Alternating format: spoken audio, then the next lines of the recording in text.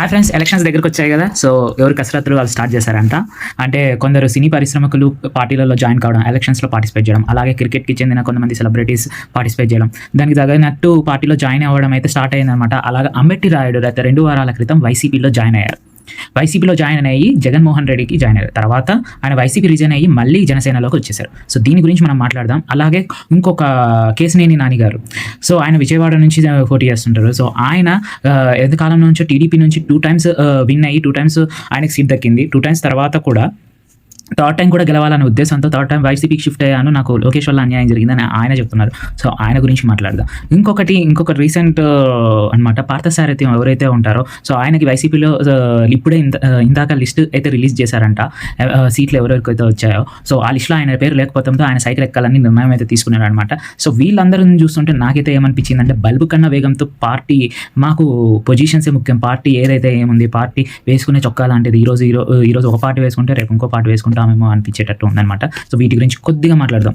ఆలీ గారిని ముందుగా సెలబ్రిటీస్ విషయానికి వస్తే, ఆలీ గారు, సో ఆలీ గారు ఎక్కడ ఇంతకుముందే పోయిన 2019 ఆ 2017లోనే ఆయన రావాల్సిన వాళ్ళు. బట్ జగనన్న ఆయనకి ప్రామిస్ చేసి మీకు మంచి ఒక పొజిషన్ ఇస్తాను, ఇప్పుడైతే సీట్ ఇవ్వలేను అని చెప్పారు. మరి సీట్ ఇవ్వలేనన్నారా, అయితే ఆలీ గారికి అప్పుడు డబ్బులు అంత పెట్టలేరు కాబట్టి వెనక్కి తగ్గారు అనేది ఎవరికి తెలియదు. బట్ ఏదేమైనా అప్పుడు ఆలీ గారు వెనక్కి తగ్గారు. అంటే రీసెంట్గా మళ్ళీ ఇప్పుడు వచ్చిన లిస్టులో మనకు ఆలీ గారి పేరైతే ఉంది. నంద్యాల నుంచి ఆయన అయితే పోటీ చేయబోతున్నారు. బాయిరెడ్డి సిద్ధారెడ్డిని కాదని కర్నూలులో ఆలీ గారికి ఇచ్చారు మన జగన్మోహన్ రెడ్డి గారు. మరి ఏమవుతుందో ఏమో తెలియదు, కానీ నిజానికి ఆలీ గారు తెలంగాణలో ఉన్నారు, బట్ ఆంధ్రాలోకి వచ్చి పోటీ చేస్తున్నారు. నిజంగా ప్రజలకి సేవ చేయాలనే ఇంటెన్షన్ ఆలీ గారికి ఉంటే అక్కడే సేవ చేసేవాళ్ళనమాట, కానీ ఇక్కడ చేయాలి. నిజానికి ఆలీ గారిది ఈ తెలంగాణ అయితే కానే కాదు. నిజానికి ఆలీ గారు ఆరిజినేటెడ్ ఫ్రమ్ ద రాయలసీమ అనమాట. రాయలసీమలో ఆయన చిన్నతనంలో ఉండేవాళ్ళు. అనంతపూర్, కర్నూలు, కడప ఈ మధ్యలో తను సినిమాకి షిఫ్ట్ అయిన తర్వాత తన ముఖాన్ని డైరెక్ట్గా హైదరాబాద్కి షిఫ్ట్ చేసుకున్నారు. సో ఆయనకైతే హక్కు ఉంది ఇక్కడికి వచ్చి పోటీ చేయడానికి.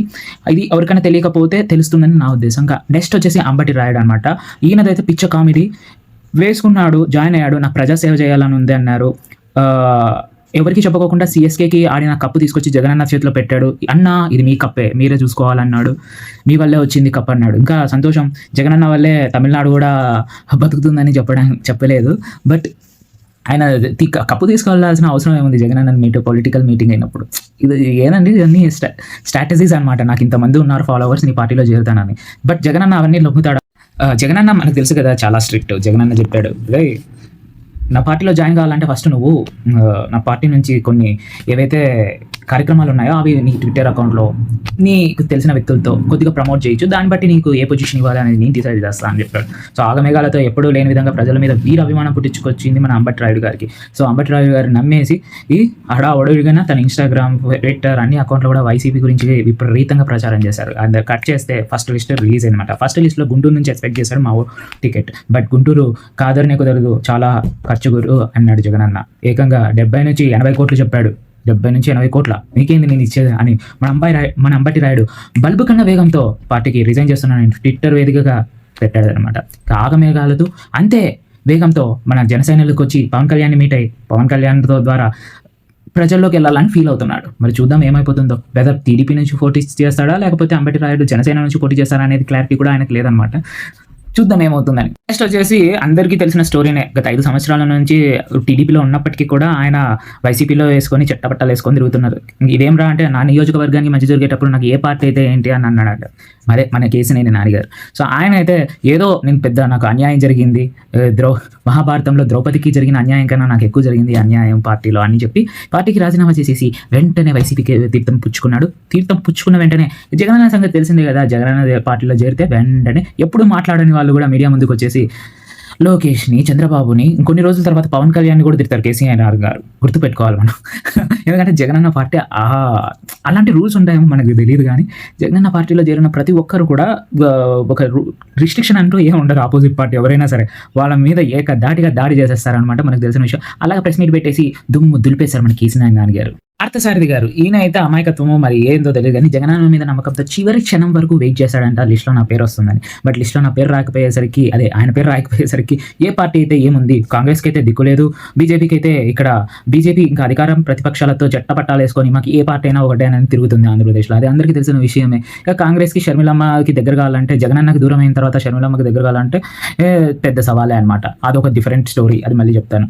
ఇక మన పార్థసారథి గారు ఏకంగా సైకిల్ ఎక్కుదామని ఆక్క మేఘాల మీద అర్ధరాత్రి ఫోన్ కాల్ చేసేసి సైకిల్ ఎక్కేశాడు మన పార్థసారథి గారు. ఇక నెక్స్ట్ వచ్చేసి చిరంజీవి గారు ఆల్రెడీ కాంగ్రెస్లో ఉన్నాడు. మరి షర్మిలతో కలిసి వెళ్తారా, లేకపోతే ఆయన తమ్ముడు పార్టీ పెట్టారు కదా జనసేనలోకి వచ్చి జనసేనకి ప్రమోట్ చేస్తారా అనేది చూడాలన్నమాట. దానికి ఒక సపరేట్ వీడియో చేద్దాం అనుకుంటున్నారు. ఒకవేళ చేయాలా వద్దా అనేది కామెంట్ చేయండి ఫ్రెండ్స్.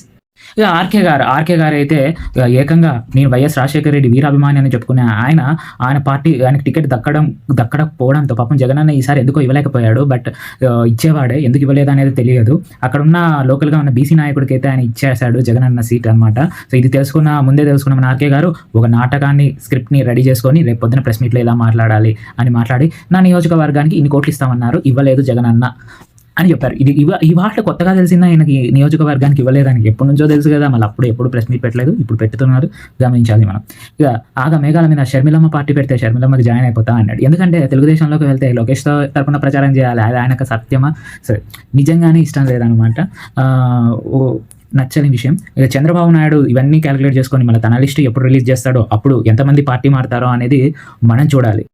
వైఎస్ రాజశేఖర రెడ్డి గారి కొడుకైన జగన్మోహన్ రెడ్డి గారు రేపొద్దున వైఎస్ఆర్సీపీ 24 ఎలక్షన్స్లో విన్ అయినా ఆయనే రీజన్, ఓడినా ఆయనే రీజన్. ఎందుకురా అంటే ఎవరిది నిర్ణయం కాదు పార్టీలో, ఆయన ఒక్కటే నిర్ణయం తీసుకుంటారు, మిగతా వాళ్ళందరూ ఫాలో అవుతారు అంతే. ఆయన ఎవడి మాట వినడు, అది అందరికీ తెలిసిన విషయమే, ఒక్క ప్రజల మాట తప్ప.